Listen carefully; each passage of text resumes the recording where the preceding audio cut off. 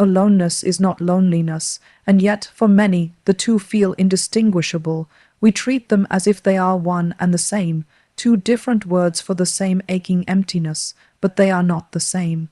Aloneness is not the absence of people, it is the presence of yourself, and there is something deeply powerful about that, because being alone does not mean you are abandoned or unloved or lesser than.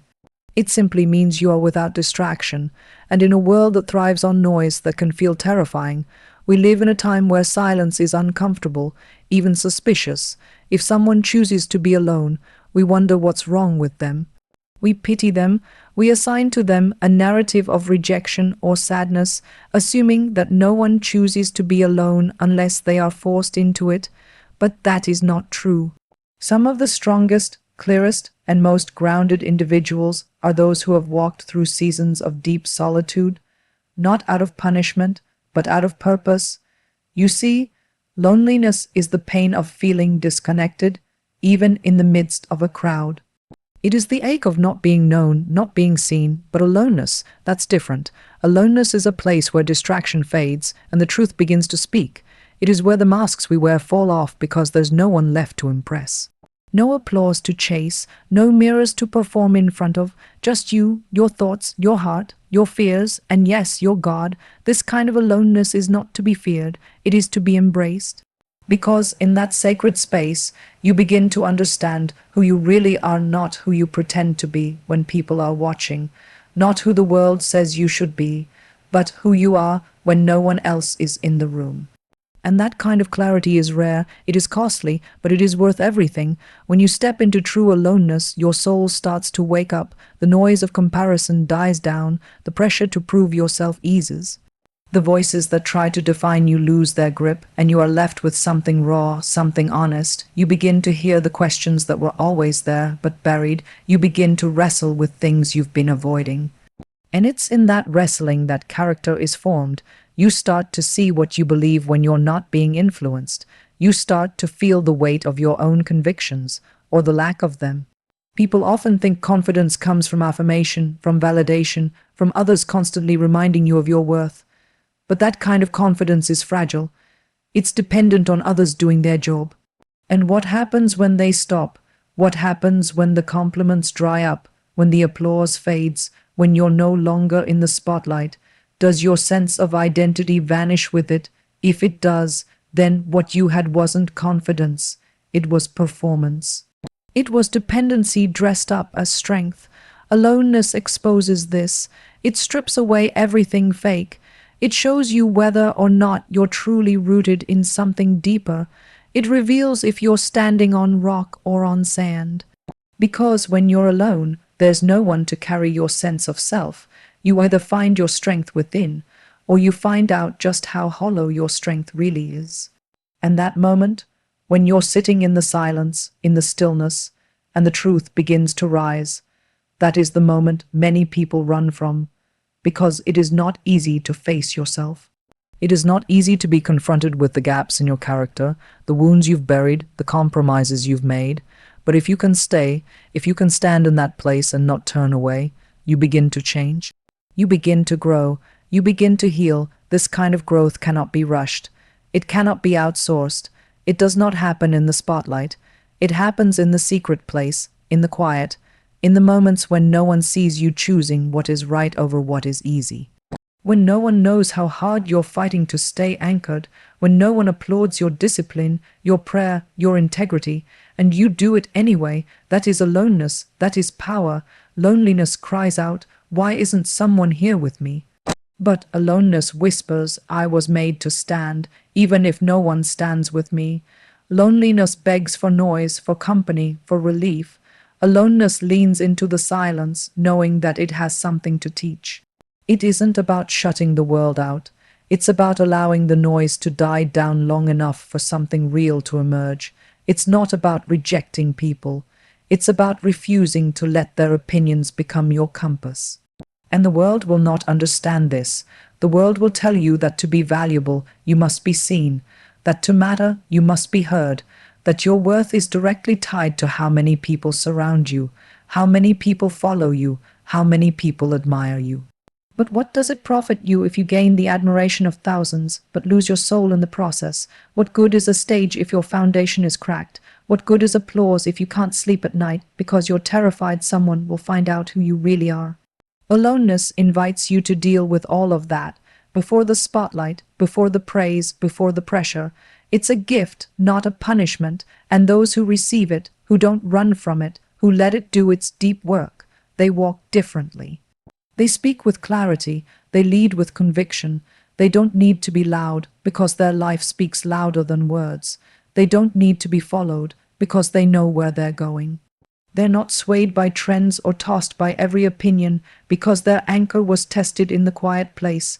So if you find yourself in a season of being alone, do not curse it, don't waste it, don't try to numb it with noise. Press in, lean in, ask hard questions, wrestle honestly, let the silence speak, and when it does, listen. You might find that what you thought was emptiness is actually the beginning of everything you really needed. A call to self-examination is not a gentle invitation. It is a disruption. It is not the kind of call you hear and ignore. It's the kind that grabs you by the collar and pulls you into the mirror. It demands your full attention, your brutal honesty, your willingness to stop running from yourself. And yet, it is one of the most avoided realities of our time. We'll examine everything else: our image, our achievements, our bank accounts, the opinions of others, but we rarely truly examine ourselves. Because to look inward with unflinching eyes is terrifying, but it is also necessary, and it is the beginning of something real. Self-examination is not about guilt. It is not about shaming yourself or living under the weight of your mistakes. It is about truth. It is about taking your soul, holding it up to the light and asking, is this real? Is this right? Is this who I claim to be? It's about breaking through the surface, past the smiles and the performance, into the quiet places that nobody else sees. That's where it happens. That's where the real work begins, because we can fool the world. We can even fool ourselves for a while, but we cannot fool the truth, and at some point we have to face it. There comes a time when you must stop blaming the world for what's broken in you and ask yourself what you're doing to keep it that way. There comes a moment when the excuses don't work anymore, when the distractions stop numbing, when the applause isn't enough to cover the emptiness, and that moment, that uncomfortable, unavoidable moment, is the call.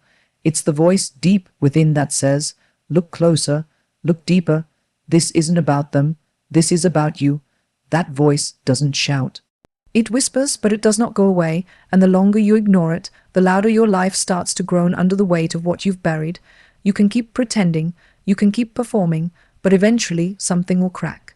Because you were not made to live in contradiction. You were not made to wear a mask forever. There's a cost to pretending. There's a price to ignoring the truth, and self-examination is the only way to stop paying it. It's not a one-time act. It's not a box you check off and move on from. It's a way of life, a posture of the heart. It's waking up each day and asking, am I becoming who I was meant to be, or just who people want me to be? It's choosing integrity over image, depth over appearance, conviction over comfort. It's going beyond the easy answers, beyond the surface, level faith, beyond the well-rehearsed lines, and asking yourself the questions that make you sweat. What am I chasing really? What drives me? What defines me? Do I live by principle or by convenience? Who am I when no one's watching? These are not questions you ask lightly. They're questions that strip you down to the bone. They reveal motives, they uncover idols, they shake loose everything built on pride or fear, and most people avoid them because they know, deep down, that answering them might mean change, real change. Painful change, and yes, surrender. But here's the truth, there is no transformation without confrontation. You cannot be set free from what you refuse to face. You cannot grow past what you are unwilling to examine. So many people want breakthrough, but they don't want to break. They want renewal, but they don't want to let go of the old. They want to walk in truth, but only if that truth is flattering. But self-examination isn't about flattering yourself.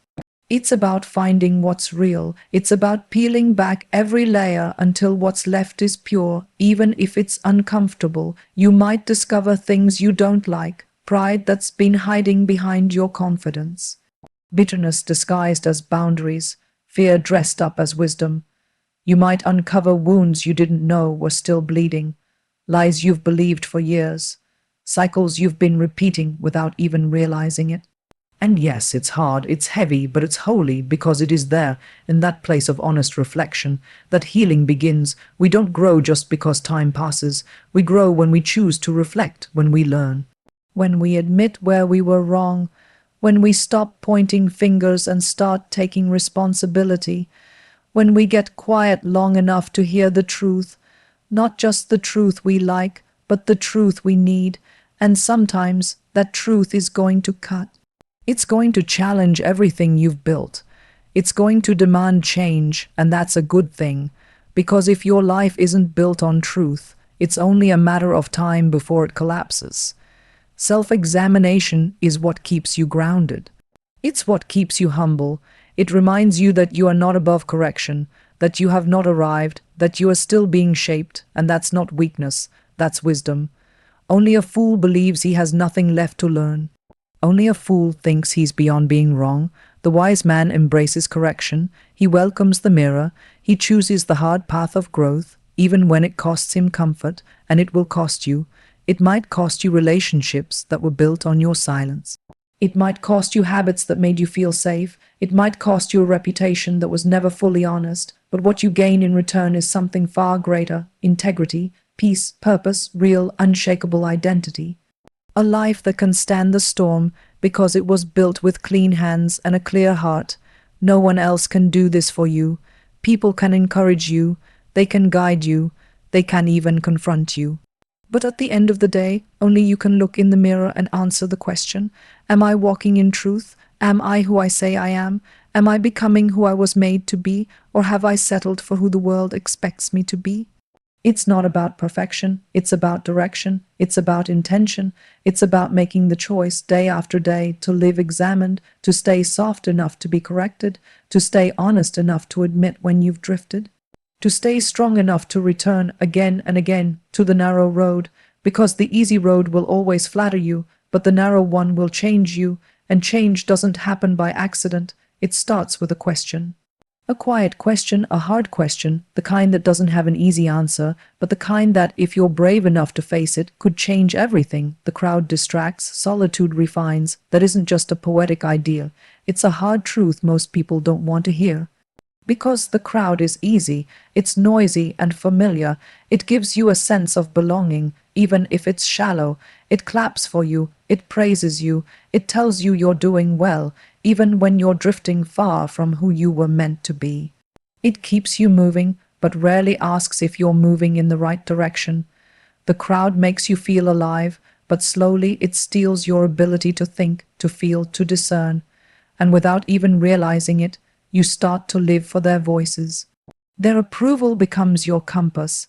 Their opinions become your reality. And slowly, almost without notice, you lose yourself. You lose clarity. You lose conviction. You lose the quiet inner voice that once guided you because it's drowned out by 1,000 others. Everyone shouting, everyone telling you who to be, how to act, what to say, what to post, what to believe, and you listen, because it's easier to blend in than to step out. It's easier to perform than to pause. It's easier to entertain than to examine, but easy isn't always right, and comfort doesn't always mean safety. The crowd is comfortable because it demands nothing but your silence, your agreement, your loyalty to whatever it says today, which will change tomorrow. The crowd doesn't care if you're whole. It only cares that you fit. But you weren't created to fit. You weren't made to be an echo. You were made to be a voice, and that voice is only found in the quiet. That voice is only formed in solitude. There is a refining that can only happen when you are alone, a sharpening that doesn't come with clapping or recognition, but with stillness and fire, because solitude exposes.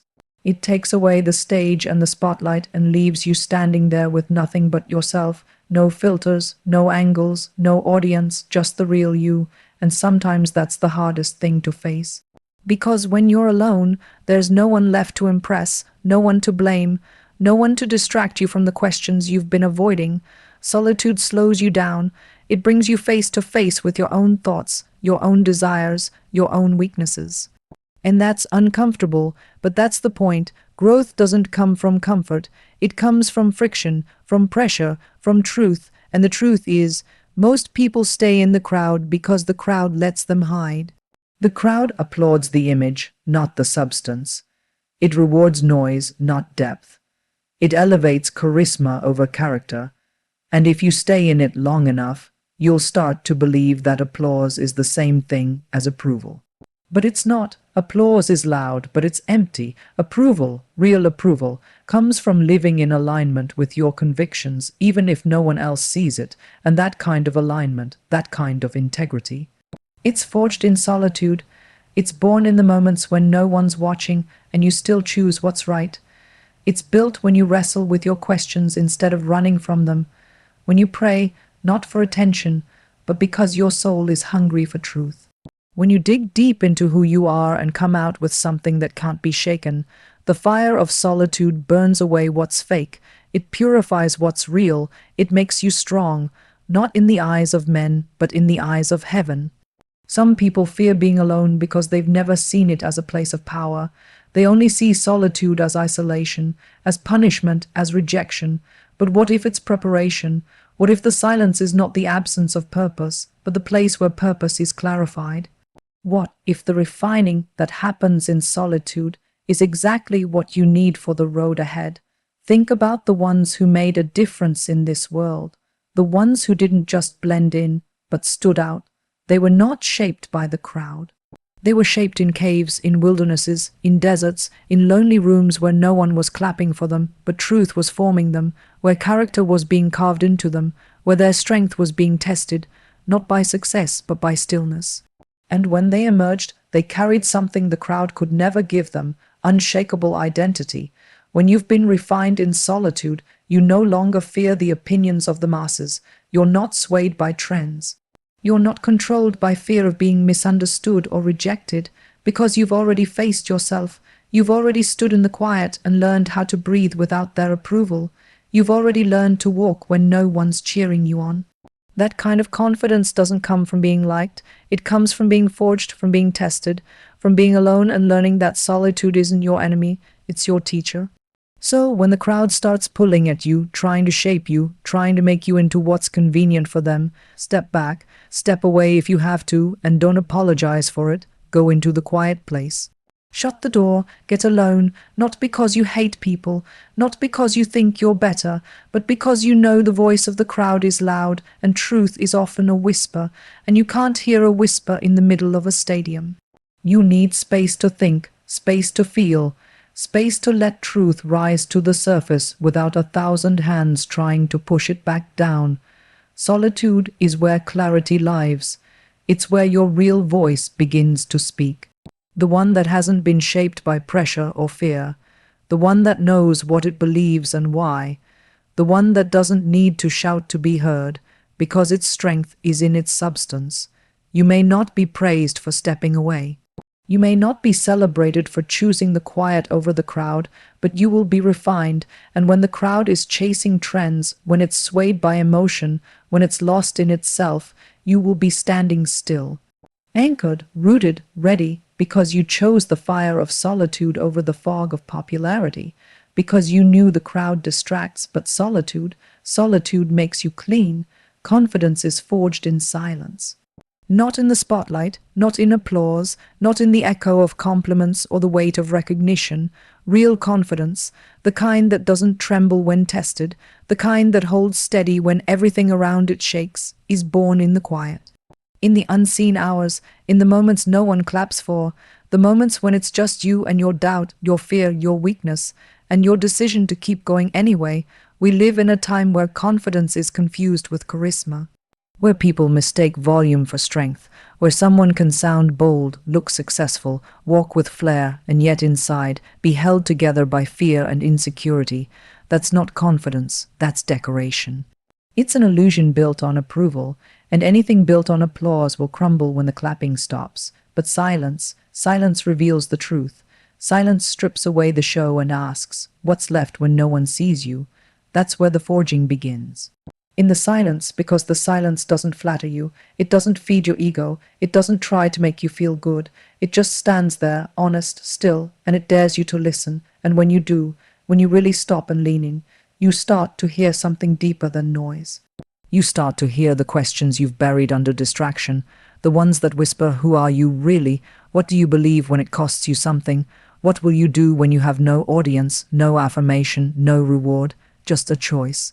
Confidence is born in the way you answer those questions, not once, but day after day, in the dark, in the mundane, in the lonely hours where nothing glamorous is happening, but your character is being built brick by brick.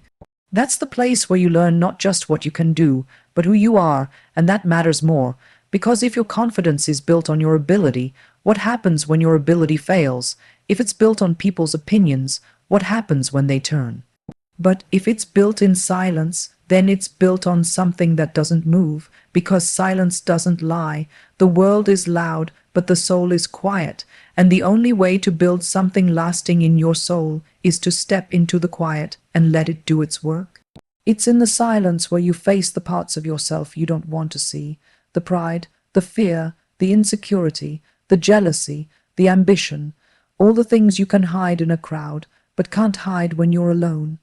And when those things rise, you can either run from them or wrestle with them.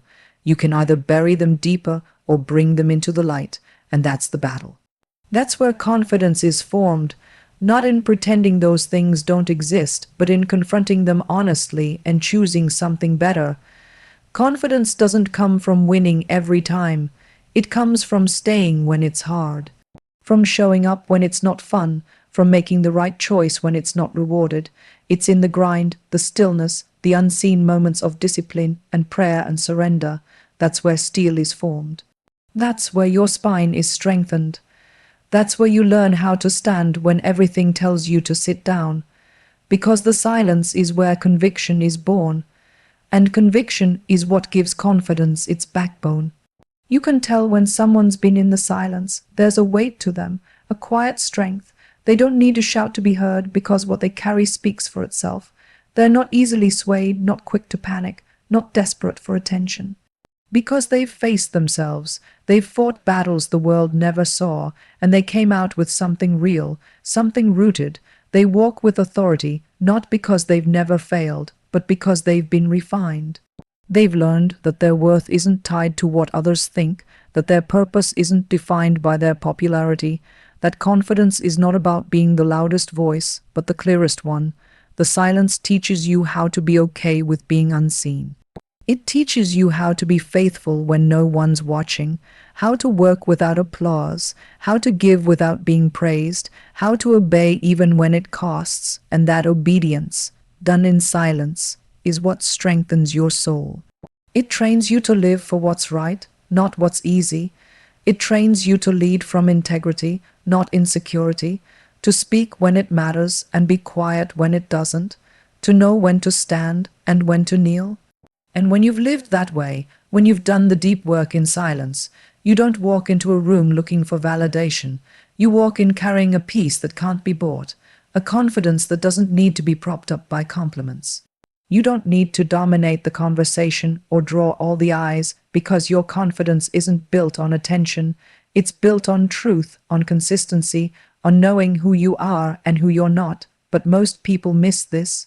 They chase platforms instead of depth. They seek recognition before refinement. They want to shine before they've been shaped. And when the pressure comes, they fold, not because they're weak, but because they were never given the space to grow strong.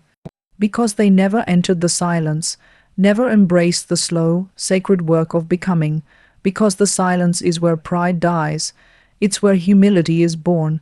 It's where false confidence gets exposed and real confidence takes its place. So when the silence comes, don't run from it. Don't fill it with noise just to feel okay. Sit in it, let it do its work, let it show you what's real and what's not, let it refine you, let it strip away what's shallow so what's solid can remain. That's where confidence comes from, not from being told you're great, but from deep in your bones, that you've been through the fire and come out whole, that your yes means something, that your no carries weight. That you don't need the world to agree with you to know you're standing on truth. Confidence that comes from silence is quiet but unshakable. It doesn't need to perform. It doesn't need to compare. It just is. Because it was built in a place where nothing could be faked. And when you live from that place, you don't just walk with confidence. You walk with authority, not the kind that demands attention, but the kind that commands respect. The kind that stays standing even when the storm comes, because it was forged not in comfort, but in quiet, not in praise, but in presence, not in the spotlight, but in the silence. Strength is not always loud. Sometimes it's silent, quiet as a whisper in the still of night. The world trains us to equate strength with dominance, presence, power, and noise. We're told to speak up, show up, take up space, make ourselves seen and heard at all costs. But there is a strength, real, enduring, unshakable, that is born not in noise, but in silence. Strength is forged in silence, not the kind of silence that comes from defeat or despair, but the kind that steadies a person. That deep, unwavering stillness that forms in the quiet corners of life, the kind of silence that doesn't scream, but doesn't flinch either, because silence is where the real battles take place, not the battles people post about. Not the ones you get trophies for, but the ones fought in bedrooms after midnight, when you're too tired to keep going, but too convicted to give up. The battles where no one sees you but God, where you're not fighting against anyone else, but against fear, against doubt, against apathy, and still you choose to press in, still you choose to be faithful, still you choose to stand your ground. That's where strength is made. In silence the mask comes off. There's no crowd to perform for, no voice to flatter you, no platform to prop you up. It's just you, and when everything is stripped away, that's when you finally get to meet the truth of who you are. Not who you say you are, not who others think you are, but the core of you, the you that remains when the applause stops. That's where strength starts to grow, not because you feel strong, but because you learn to keep going even when you don't. Strength is forged in that place where you feel forgotten, overlooked, passed by, where you wonder if any of it matters, where the enemy whispers that your work is wasted, your prayers unheard, your sacrifices unseen. But you keep going anyway. You choose faithfulness over recognition. You choose principle over popularity. You choose to keep sowing, even when there's no harvest yet. That's not weakness. That's not naivety. That's strength. Quiet, consistent, costly strength. We often think of strength as something we have to prove, something we show. But real strength doesn't need to be flaunted. It doesn't look for attention. It doesn't seek validation. It's just there, steady and grounded. When everything else starts to shake, the loudest person in the room might be the most unsure. But the one who's learned to be okay with the silence, who's sat with their own thoughts, faced their own flaws, dealt with their own pain, that person has depth. They've been through the fire. They've learned how to stand, and not just when it's easy. There's something holy about silence, something sacred in the quiet grind of becoming. It's not glamorous, there's no fanfare, but it's real, it's raw, and it's forming something in you that can't be taken away. Because strength built in silence doesn't crumble when the noise returns. It doesn't falter under pressure. It's been tested in secret, so it's ready in public. It's the kind of strength that doesn't fall apart when the spotlight turns off. The kind that still stands when everyone else sits down. The kind that says, I don't need the world to know my name. I just need to live with integrity. You see, when you train in silence, you stop needing applause to keep going. You stop needing to be seen to stay committed. That's when you become dangerous, in the best way, because now you're not driven by ego or approval or ambition. You're driven by purpose. You're anchored in truth. And no one can take that from you. The one who's trained in silence is the one who shows up when it matters most, not because they're trying to be a hero, but because they've been faithful in the shadows. Silence builds patience, it builds endurance, it builds the kind of strength that doesn't shout over others, but lifts them up. It gives you perspective, it helps you see clearly, because it's not clouded by the constant noise of the world. You learn to discern what matters and what doesn't. You stop chasing every opinion, every trend, every fleeting idea. You plant yourself deeper. You become unmovable not because you've hardened, but because you've rooted yourself in something deeper than circumstance. And you start to notice strength isn't about how much you can carry, it's about how long you can keep going. It's about how well you carry what no one else sees, how you show up for others while fighting your own battles, how you stay grounded when the storm hits. It's about doing the right thing when it costs you, about keeping your word when it's inconvenient, about staying soft in a world that tries to harden you. All of that is shaped in the silent places. There's a kind of strength that's built when you choose not to quit, when you stay at your post, when you keep your promises even when no one is checking, when you pray even when it feels dry, when you serve even when it's thankless. That's when your soul grows strong, not fast, not flashy, but solid. Day by day, decision by decision, that strength begins to settle in your bones, until one day someone looks at you and sees something they can't quite explain. They see a peace that's not shaken, a confidence that's not arrogant, a gentleness that doesn't bend, and they won't know where it came from. But you will. It came from the silence, from the years no one saw, from the tears no one knew about, from the quiet battles that forged something deep and real inside you. That's the kind of strength this world needs, not more noise, not more surface-level success, but people who have been shaped in the quiet. People who can lead without needing to be worshipped, who can speak truth without shouting, who can carry burdens with grace, who can love deeply because they've known pain, who can be trusted not because they're perfect, but because they've been through the fire and came out faithful. So don't despise the silence, don't rush out of it too soon. Let it do its work. Let it carve you, stretch you, strengthen you. Let it build in you the kind of strength that doesn't fade when the moment ends. The kind of strength that lasts, that stands, that loves, that leads, that endures, because that kind of strength, real, refined, rooted strength, is not made in the noise, it's made in the silence.